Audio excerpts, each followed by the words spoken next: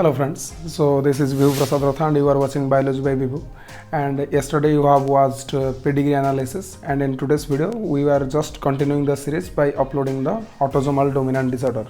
So keep watching this video till the end to get to know about how to solve autosomal dominant pedigree problems in this chapter. Thank you. So let's see how to solve pedigree problems of autosomal dominant trait.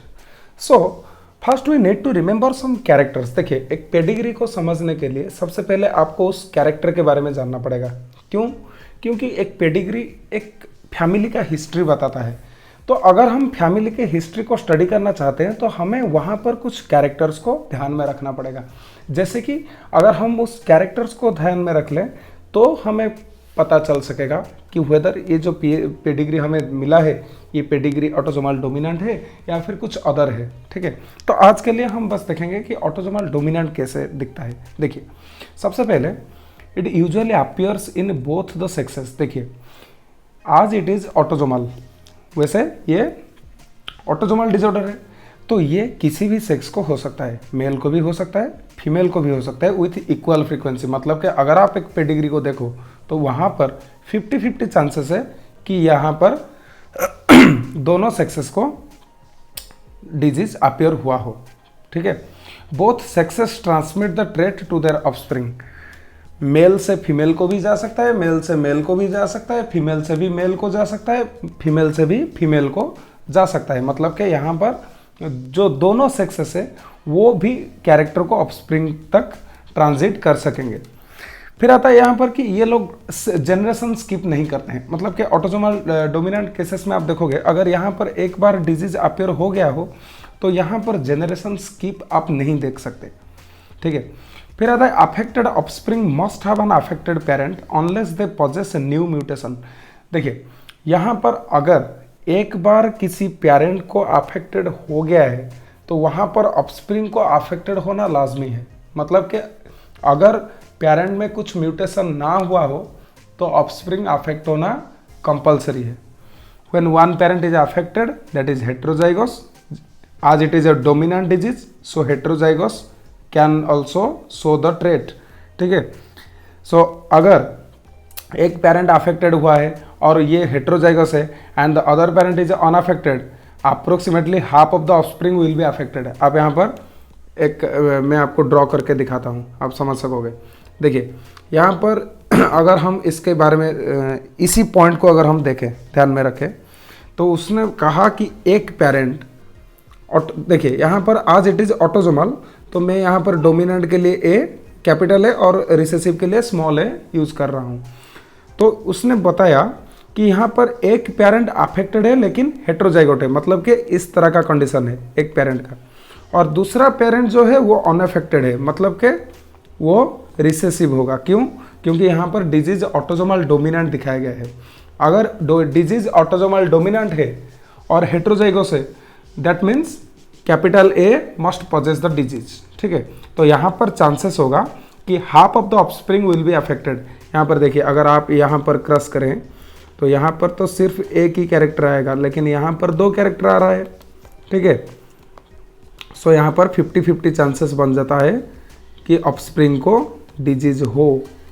ठीक है, sorry, यहाँ पर 50-50 chances बन जाता है कि offspring को disease हो सकता है. ठीक है, फिर आता है unaffected parents do not transmit the trait. देखिए, अनअफेक्टेड पेरेंट ऐसे दिखेगा तो ये डिजीज ट्रांजिट नहीं कर सकेगा अपने आगे आने वाले जनरेशन्स में. ठीक है, तो ये इसी के ऊपर हम एक प्रॉब्लम भी देख लेते हैं. देखिए, यहाँ पर एक ऑटोसोमल डोमिनेंट का एग्जाम्पल दिया है. मान लो कि आपको ऑटोसोमल डोमिनेंट का यहाँ पर पता नहीं है कि ये ऑटोसोमल डोमिनेंट है, लेकिन आप उस कैरेक्टर्स को यहाँ पर यूज करके देखो. सबसे पहला कैरेक्टर था usually appears in both sexes with equal frequency. आप यहाँ पर देख सकते हैं, यहाँ पर मेल और फीमेल आप गिन लीजिए. यहाँ पर 1, 2, 3, 4 और 5 फीमेल अफेक्टेड है और मेल कितना 1, 2, 3, 4. तो इसने कहा था कि अप्रोक्सीमेटली इक्वल फ्रीक्वेंसी में आप डिजीज देखोगे, तो यहाँ पर इक्वल फ्रीक्वेंसी में तकरीबन डिजीज है। दूसरा पॉइंट लिखा है both sexes transmit the trait to their offspring. यहाँ पर आप देख सकते हैं, यहाँ पर फीमेल अफेक्टेड है, इस केस में अगर हम देखें फीमेल अफेक्टेड है, और फीमेल से यहाँ पर मेल में डिजीज आ रहा है, फीमेल में भी डिजीज आ रहा है। यहाँ पर भी आप देख सकते हैं फीमेल को अफेक्टेड था, यहाँ से फीमेल में आता है, मेल में भी डिजीज आता है। सो इसीलिए क्या दिखाई दे रहा है कि both the sexes can transmit the disease. यहाँ पर मेल से आप देखिए, यहाँ पर फीमेल में डिजीज आ गया, फीमेल से यहाँ पर मेल में डिजीज आ गया। तो इसी तरह से आप देख सकते हैं कि हमारा जो पॉइंट्स है वो पॉइंट्स कुछ कुछ सेटिस्फाई हो रहे हैं। फिर हम देखेंगे तीसरा point, does not skip generation. देखिए यहाँ पर ये जनरेशन स्किप नहीं कर रहा है। आप इसके बारे में भी आप यहाँ पर एक्सपेरिमेंट कर सकते हैं। देखिए यहाँ पर ये था पहला वाला जनरेशन, डिजीज है, दूसरा वाला जनरेशन डिजीज है, तीसरा वाला डिजीज है, चौथा वाले में भी डिजीज है, लेकिन आप कह सकते हो कि ये बीच में डिजीज नहीं है। तो यहाँ पर आप देख सकते हो हमारे पास एक पॉइंट था कि unaffected parents should not transmit the disease. देखिए ये भी अफेक्टेड नहीं है, ये भी अफेक्टेड नहीं है, तो इनके जनरेशन में आप जितना देखोगे यहाँ पर डिजीज नहीं है, ठीक है। लेकिन फिर देखते हैं ये वाला point, affected offspring most of an affected parent unless they possess any mutation. देखिए जो अफेक्टेड ऑफस्प्रिंग था उसको डिजीज कैसे हुआ ना, एक अफेक्टेड पेरेंट से हो गया, तो ये पॉइंट भी यहाँ पर सेटिस्फाइड हो रहा है। फिर लास्ट पॉइंट देखते हैं, unaffected parent do not transmit the trait, ठीक है। तो अनअफेक्टेड पेरेंट से ट्रेट ट्रांसमिट नहीं होगा। When parent is affected heterozygous, देखिए यहाँ पर लिखा है कि अगर पेरेंट हेट्रोजाइगस है और other parent is unaffected, so half of the offspring can show the disease. देखिए यहाँ पर half of the parent disease है, यहाँ पर हाफ ऑफ द पेरेंट में डिजीज है और हाफ में डिजीज नहीं है। तो यहाँ पर आप देख सकते हैं इनके 4 बच्चे हुए हैं, 1 2 3 4, इनके 4 बच्चे हुए हैं। यहाँ पर आप देख सकते हो 2 में डिजीज दिखाया गया है और 2 में डिजीज नहीं है। ये अप्रोक्सीमेटली है, ठीक है। तो 50% चांसेस बनता है कि डिजीज होगा और 50% चांसेस बनता है कि डिजीज नहीं होगा। और देखिए यहाँ पर कुछ कुछ गलतियाँ मैंने देखा है कि स्टूडेंट्स करते हैं। जैसे कि यहाँ पर आप देख सकते हो, जब हम जीनोटाइप को लिखते हैं तो जीनोटाइप लिखने वक्त बहुत सारे स्टूडेंट गलती कर लेते हैं। तो यहाँ पर जीनोटाइप को कैसे लिखना है, आप यहाँ पर जीनोटाइप को ऐसे लिखेंगे।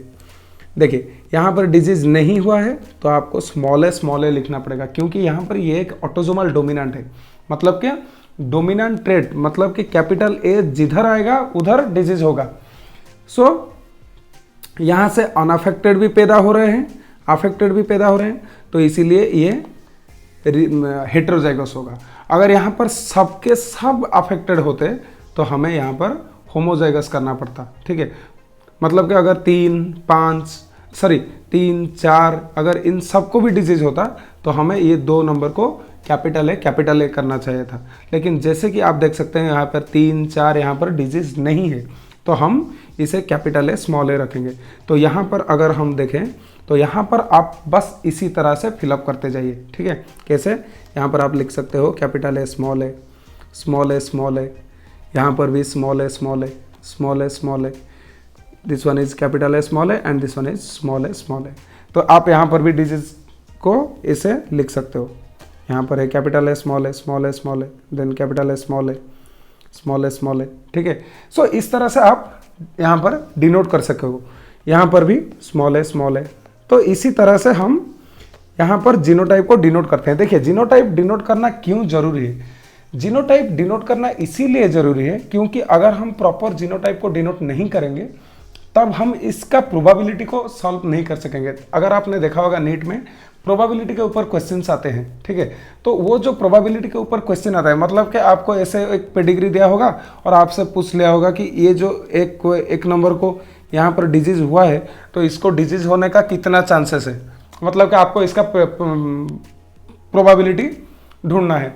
तो उस केसेस में आपको जीनोटाइप जानना बहुत ज़रूरी है, क्योंकि अगर आप जीनोटाइप नहीं जानोगे तो आप प्रोबेबिलिटी सॉल्व नहीं कर सकोगे, ठीक है। तो इसलिए प्रोबेबिलिटी प्रॉब्लम को जानने के लिए आपको जीनोटाइप को लिखना, आप जीनोटाइप कैसे लिखते हो वो आपको आना चाहिए, ठीक है। ये यहाँ पर मैंने देखा है कि कई सारे स्टूडेंट ऐसे भी कंफ्यूज हो जाते हैं, वो यहाँ पर इसको ए लिख लेते हैं, इसको स्मॉल ए लिख लेते हैं, तो इससे सारा का सारा कन्फ्यूजन हो जाएगा। तो आपको ऐसे नहीं लिखना है। आज इट इज़ ऑटोजोमल, तो इसको मेल या फिर फीमेल से आपको डिटरमिन नहीं करना है। आप बस जहाँ पर डिजीज देख रहे हो वहाँ पर सोच लो कि कैपिटल ए या फिर कैपिटल ए स्मॉल ए लिखना है बस, और जहाँ पर डिजीज नहीं है वहाँ पर स्मॉल ए लिख लीजिए, ठीक है। ये सॉल्व हो जाएगा। ये एक इजी तरीका है इसको सॉल्व करने के लिए। और हाँ, आपको यही सेकेंड जनरेशन में देखना होगा। अगर सेकेंड जनरेशन में हर एक आदमी अफेक्टेड हो, जैसे कि यहाँ पर अगर हर वो आदमी अफेक्टेड हो, तो आप क्या करोगे ना, इस केसेस में आपको यहाँ पर कैपिटल ए लिखना पड़ेगा, क्योंकि यहाँ पर सभी के सभी को डिजीज हो रहा है। मतलब कि इस कंडीशन में डिजीज हर इंसान को होगा। यहाँ पर जितने भी ऑफस्प्रिंग निकलेंगे सबको डिजीज होगा, ठीक है। ये कंपलसरी है, तो आपको ऐसे लिखना पड़ेगा। लेकिन अगर इस तरह से दिया होगा, जैसे कि यहाँ पर हमने देखा,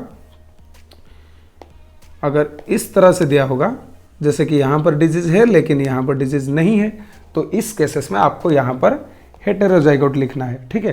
तो आई होप आपने ये इतनी तक समझ गए। तो अभी देखेंगे एग्जाम्पल। देखिए यहाँ पर एक बेस्ट एग्जाम्पल दिया गया है।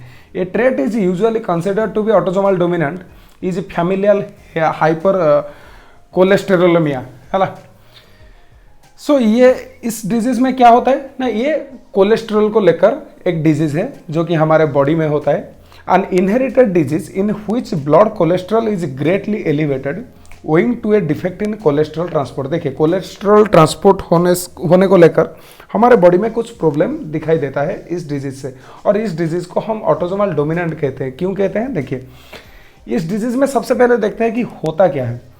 A principal lipoprotein in the transport of cholesterol is low density lipoprotein. देखिए हमें पता है कि हमारे बॉडी में जो एक क्या कोलेस्ट्रॉल का एक प्रिंसिपल ट्रांसपोर्ट ग्रुप होता है लाइपोप्रोटीन, जिसको हम लो डेंसिटी लिपोप्रोटीन कहते हैं, दैट इज एलडीएल, ठीक है। When an LDL molecule reaches a cell, देखिए एक एलडीएल हमारे सेल के पास आ गया है, तो हमारा सेल क्या करेगा ना, हमारा सेल वहाँ पर एलडीएल रिसेप्टर पैदा करेगा। देखिए हमारे बॉडी के अंदर जैसे कुछ चीज़ आ रहा है, जैसे हमारे बॉडी उसको एक्सेप्ट करने के लिए कुछ मैकेनिज्म रखता है, उसी तरह से हमारे सेल के अंदर भी जब कुछ चीज़ आता है तो हमारा वो जो सेल है वो भी कुछ चीज़ डेवलप करता है। जैसे कि यहाँ पर रिसेप्टर, तो एलडीएल को रिसीव करने के लिए एलडीएल रिसेप्टर चाहिए, which then moves to the LDL through the cell membrane into the cytoplasm। तो वो क्या होगा ना, वो उस मेम्ब्रेन को क्रॉस करते हुए हमारे साइटोप्लाज्म में घुसेगा। where it is broken down and cholesterol is released for used by the cell। जहाँ पर कोलेस्ट्रॉल ब्रेकेज हो जाएगा और हमारे बॉडी के जो सेल है वहाँ पर वो कुछ काम में आएगा। लेकिन जब आपको फैमिलियल हाइपर कोलेस्टेरोलेमिया हो जाता है तो उस केस में क्या होगा ना, उस केस में एक जीन आपके बॉडी में डिफेक्ट होगा। जो जीन क्या कोड करता है ना, एलडीएल रिसेप्टर को कोड करता है। जब वो जीन ही नहीं होगा तो हमारे बॉडी में एलडीएल रिसेप्टर पैदा नहीं होगा। The disease is usually considered an autosomal dominant. हम उस तरह के डिजीज को ऑटोसोमल डोमिनेंट कहते हैं। क्यों कहते हैं? बिकॉज यहाँ पर हेटेरोजाइगोट्स में भी एलडीएल रिसेप्टर का जो डेफिशिएंसी है वो देखा गया है। देखिए इसीलिए इसको हम ऑटोसोमल डोमिनेंट कहते हैं। अगर यहाँ पर होमोजाइगोस में दिखाई देता या फिर रिसेसिव में दिखाई देता तब हम कुछ दूसरा प्रेडिक्ट करते, लेकिन जैसे कि यहाँ पर आप देख सकते हो हेटेरोजाइगोट्स में एलडीएल रिसेप्टर काफ़ी बार दिखाया गया है, इसीलिए इसको एक ऑटोसोमल डिसऑर्डर की नाम दिया गया है।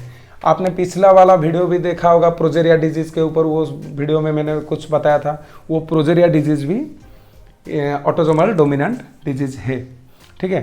And have elevated blood level of cholesterol. तो उस केस में क्या होगा ना, आपके बॉडी में कोलेस्ट्रॉल का लेवल राइज करेगा, जो कि क्या होगा, धीरे धीरे कोरोनरी आर्टरी डिजीज़ पैदा करेगा। हमें पता है कि जब हमारे बॉडी के अंदर जो आर्टरी वेन्स है वहाँ पर अगर कोलेस्ट्रॉल का डिपॉजिट हो जाता है तो वो आर्टेरोस्क्लेरोसिस डिजीज़ करता है, जो कि हमें हार्ट अटैक या फिर कार्डियक अरेस्ट ऐसे कुछ डिजीज़ भी करवा सकता है। तो ये थे कुछ एक्सप्लेनेशन पेडिग्री के बारे में जो कि स्पेशली ऑटोजोमल डोमिनेंट के ऊपर था।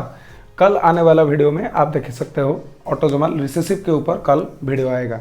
So thank you very much for watching this video. So if you like my dedication, then do follow, like and subscribe to the channel. And yes, of course, don't forget to check these videos in the end screen options. Okay, thank you.